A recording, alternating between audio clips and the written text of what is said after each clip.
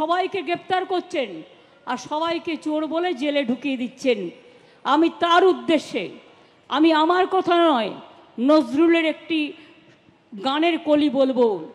নজরুলের ভাষায় নজরুল সেদিনে কবিতা লিখেছিলেন যারা দেশকে পরাধীন করে রেখেছিলেন তাদের বিরুদ্ধে। আর স্বাধীন দেশ হয়েও আজ আমাদের যারা পরাধীন করে রেখেছে সেই লোকগুলোর নামে বলি, কারার ওই লৌহ কপাট ভেঙে ফেল করলে লোপাট, রক্ত জমাট শিকল পূজার পাষাণ বেদি।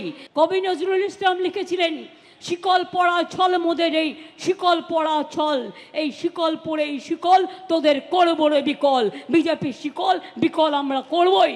আর রবীন্দ্রনাথ ঠাকুরের ভাষায় বলবো, এই বিজেপিকে হাঁটানোর জন্য যারা বদনাম করে বেড়াচ্ছে, নাগিনীরা চারিদিকে ফেলিতেছে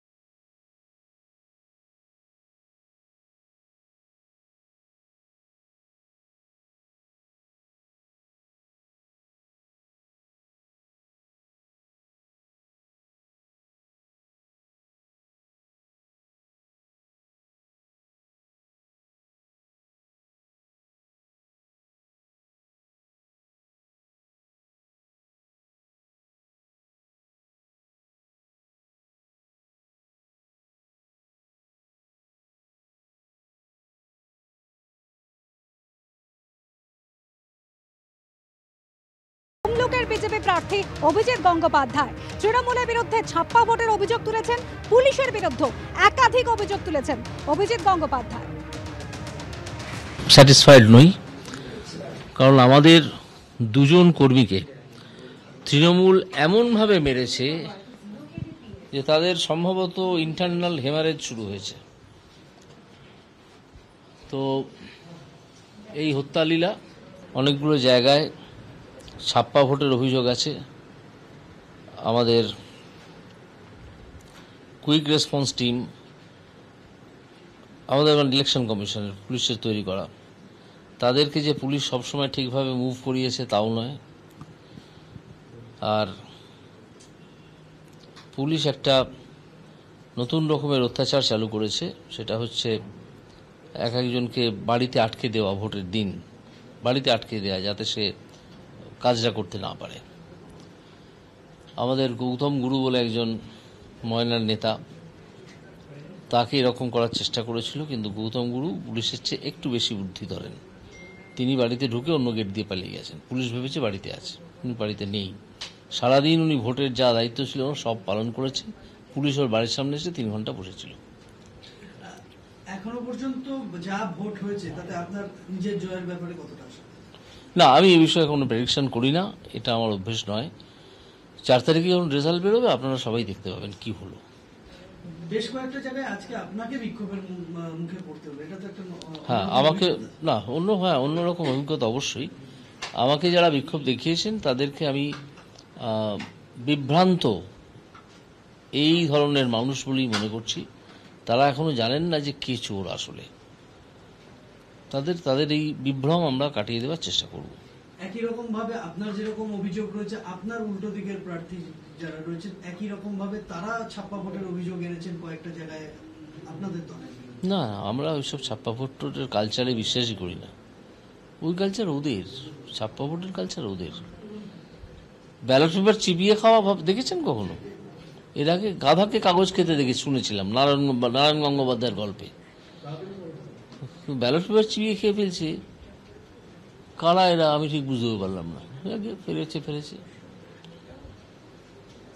কেন্দ্রীয় বাহিনী নির্বাচন কমিশনের ভূমিকায় সন্তুষ্ট? সম্পূর্ণ সন্তুষ্ট নই, সম্পূর্ণ সন্তুষ্টি হয়ও না। তবে আমি বলবো পুলিশ অবজারভার, জেনারেল অবজারভার এবং হ্যাঁ এরা এদেরকে যখনই ফোন করেছি প্রয়োজনে এদেরকে সঙ্গে সঙ্গে পেয়েছি। এদের কাজটা আমার ভালো লেগেছে। অন্য কারা কীরকম পেয়েছে না পেয়েছেন সেটা আমি ঠিক জানি না, কিন্তু তাদেরকে পেয়েছি। আর এখানকার রিটার্নিং অফিসার যিনি, ডিস্ট্রিক্ট ম্যাজিস্ট্রেট, তিনি অত্যন্ত কঠিন এবং কঠোর রুল ফলোয়ার, রুল বুক ধরে খেলেন।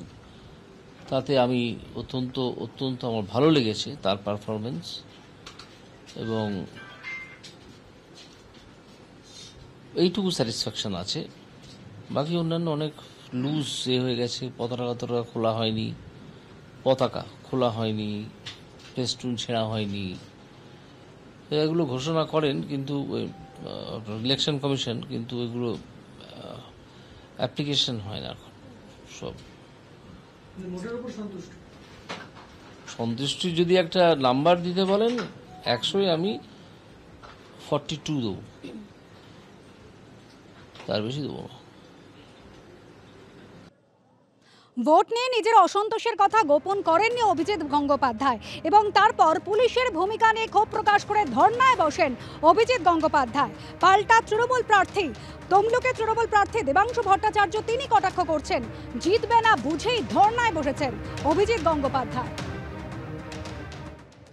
আসলে ঘটনাচক্রে যার বাড়িতে পুলিশ গেছিল, পুলিশ কী কারণে গেছিল তো আমি এখনই বলতে পারছি না, সারাদিন প্রচারের মধ্যে ছিলাম, কিন্তু যার বাড়িতে গেছিল ঘটনাচক্রে ময়নার বাগচা বলে একটা অঞ্চল আছে, যে অঞ্চলের পুরো ছাপ্পার দায়িত্ব তিনি নিজে কাঁধে করে নিয়ে করান প্রত্যেক বছর। ঘটনাচক্রে তার বাড়িতেই পুলিশ গেছেন এবং সেই কারণেই ক্যান্ডিডেট ওখানে গিয়ে বসে আছেন, কারণ তার এক্সপেকটেশন ছিল বাগচা থেকে 20,000 লিড পাবেন ছাপ্পা করিয়ে। কিন্তু ওটা এই মুহূর্তে যা পরিস্থিতি, তাতে তারা 2,000ও লিড পাবেন কিনা সন্দেহ আছে। উল্টো তৃণমূল কংগ্রেসের লিড হয়ে যেতে পারে, কারণ ছাপ্পা তারা এবার করতে পারেননি। ফলে এই টেনশনে অভিজিৎ গাঙ্গুলি গিয়ে সারাদিন বসেছিলেন, দুঃখ পেয়ে উঠে চলে গেছেন। অভিজিৎ গাঙ্গুলির আজকে ফেসিয়াল যা রিয়াকশন আমি দেখেছি, তাতে আমি বুঝতে পেরেছি যে ওনাদের যা প্ল্যানিং ছিল, প্ল্যানিংয়ের একটাও সাকসেসফুল হয়নি।